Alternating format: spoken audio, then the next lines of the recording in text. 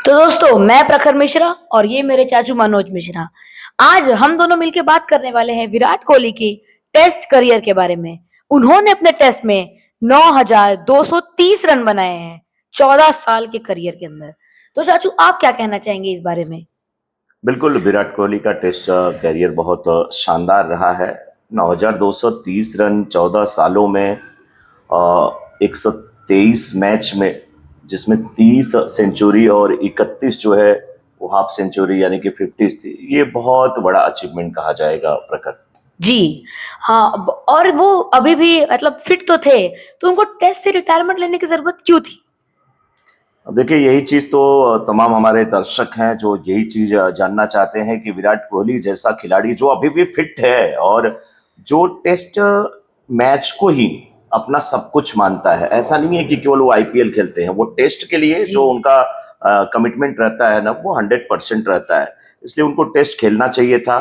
अब ये बात समझ में नहीं आती कि क्यों उन्होंने, देखिए लोग फिटनेस की वजह से क्या करते हैं, पहले रिटायरमेंट जी ले लेते हैं तो फिटनेस इतनी शानदार है, उसके बाद फॉर्म की वजह से लेते हैं, फॉर्म भी इतना शानदार है, उसके जी बाद भी अगर वो टेस्ट क्रिकेट से रिटायरमेंट लिए हैं तो निश्चित रूप से कहीं ना कहीं उसमें बीसीसीआई के जो मेंबर्स हैं, बीसीसीआई के जो सिलेक्टर्स हैं, उनको उनसे बात करनी चाहिए कि आखिर क्यों आपने ऐसे जो है टेस्ट मैच से रिटायरमेंट ले लिया। या यूं कह लीजिए कि अगर किस बीसीसीआई के किसी मेंबर की तरफ से या किसी की तरफ से, बहुत सारी चीजें होती रहती हैं, अगर उनकी तरफ से कोई उनके ऊपर प्रेशर, कोई दबाव है, तो बीसीसीआई की जो मेन है, चेयरमैन है, इन लोगों को जाकर के उसमें इंटरफेयर करना चाहिए, विराट कोहली से बात करनी चाहिए। अभी भी मुझे लगता है कि विराट कोहली का टेस्ट करियर कम से कम 3 से 4 साल तक तो बड़े आराम से आगे चल सकता है। जी हाँ, मुझे मुझे ऐसा भी लगता है कि विराट कोहली ने यंगस्टर जो कि हमारे उभरते हुए सितारे हैं, उनके लिए शायद से टेस्ट में से संन्यास लिया है। मुझे तो ऐसा ही लगता है चाचू, आपको क्या नहीं लगता नहीं, है? ऐसा ऐसा कुछ नहीं है। कारण क्या है कि देखिए, भारतीय टीम इस समय इंग्लैंड के दौरे पे है, टेस्ट मैच चल रहा है।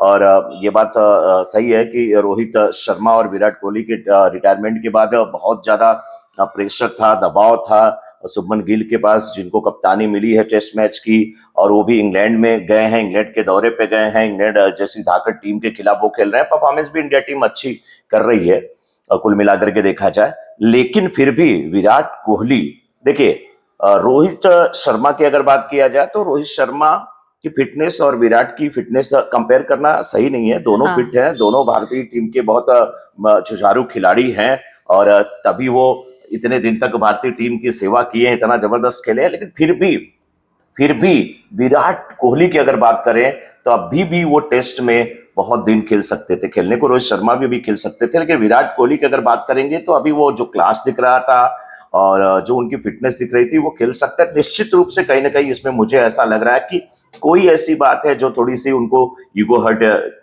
की है, जिसकी जी। वजह से उनका ईगो हर्ट हुआ है, जिसकी वजह से उन्होंने ये रिटायरमेंट का अचानक फैसला लिया है। लेकिन चाचू मुझको तो ऐसा लगता है कि किसी बाहर के टीम ने या फिर अपने भारत की तरफ से उन पे कई दबाव डाला गया, क्योंकि इंग्लैंड को पता था कि अगर विराट कोहली आ गए तो उनका तो जीतना मतलब मुश्किल है बहुत ज्यादा। इसके लिए क्या पता उनके टीम की तरफ से कुछ दबाव आया हो, कुछ ब्लैकमेल किया गया हो अरे उनको। ये नहीं नहीं है, इतना इतना नहीं हो सकता कि वो बाहर का कोई दबाव बना दे। ठीक है, आप अपने हिसाब से सही सोच रहे हैं, और मैं जानता हूँ विराट कोहली के जितने चाहने वाले हैं, प्रकार आप भी बहुत विराट कोहली को चाहते हो, इसलिए आपके मन में यह सवाल आ रहा है कि कहीं बाहर से कोई दबाव नहीं बना गया। लेकिन वो फिल्मी कहानी होती है, बस फिल्मों में होता है। यहाँ जो भी अगर दबाव है, जो भी हस्तक्षेप है, जो भी इंटरफेयर है, वो मुझे लगता है कि केवल और केवल बीसीसीआई का हो जी, सकता है।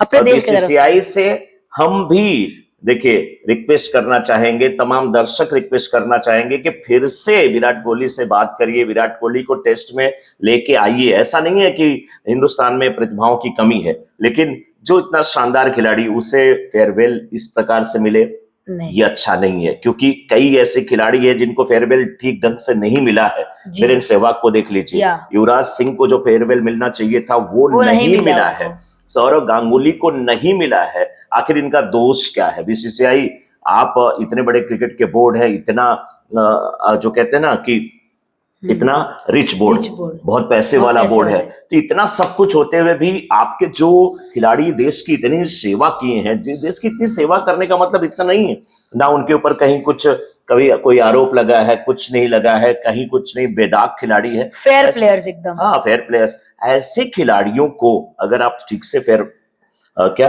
फेयरवेल फेयरवेल नहीं देते हैं तो निश्चित रूप से बाकी जो खिलाड़ी उनके ऊपर प्रेशर आएगा। यार इतने बड़े खिलाड़ी को अगर बीसीसीआई तो हमको क्या ऐसे देंगे, प्रेशर देती है, दबाव देती है और उनको हटना पड़ता है, तो फिर हमारा हम वो कहते हैं ना, भोजपुरी में कहते हैं कि हम किस खेत की मूली हैं, जी हमको भी जाना पड़ सकता है। जी। तो चाचू इस बारे में तो हमारे दर्शकों की भी कुछ राय होंगी, तो दर्शकों आप हमको कमेंट सेक्शन में बता सकते हैं कि आप क्या सोचते हैं।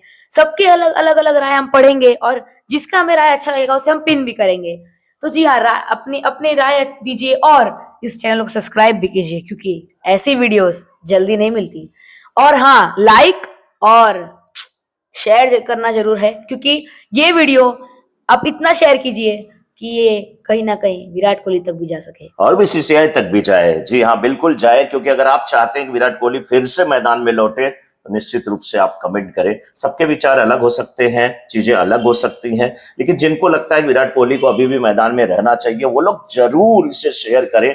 और चीफ सिलेक्टर हमारे अजीत अगरकर साहब हैं और वो एक अच्छे खिलाड़ी रहे हैं, अपने जमाने के अच्छे गेंदबाज रहे हैं, बैटिंग भी अच्छी किया करते थे और पूरी उम्मीद है कि निश्चित रूप से वो इस पर विचार करेंगे।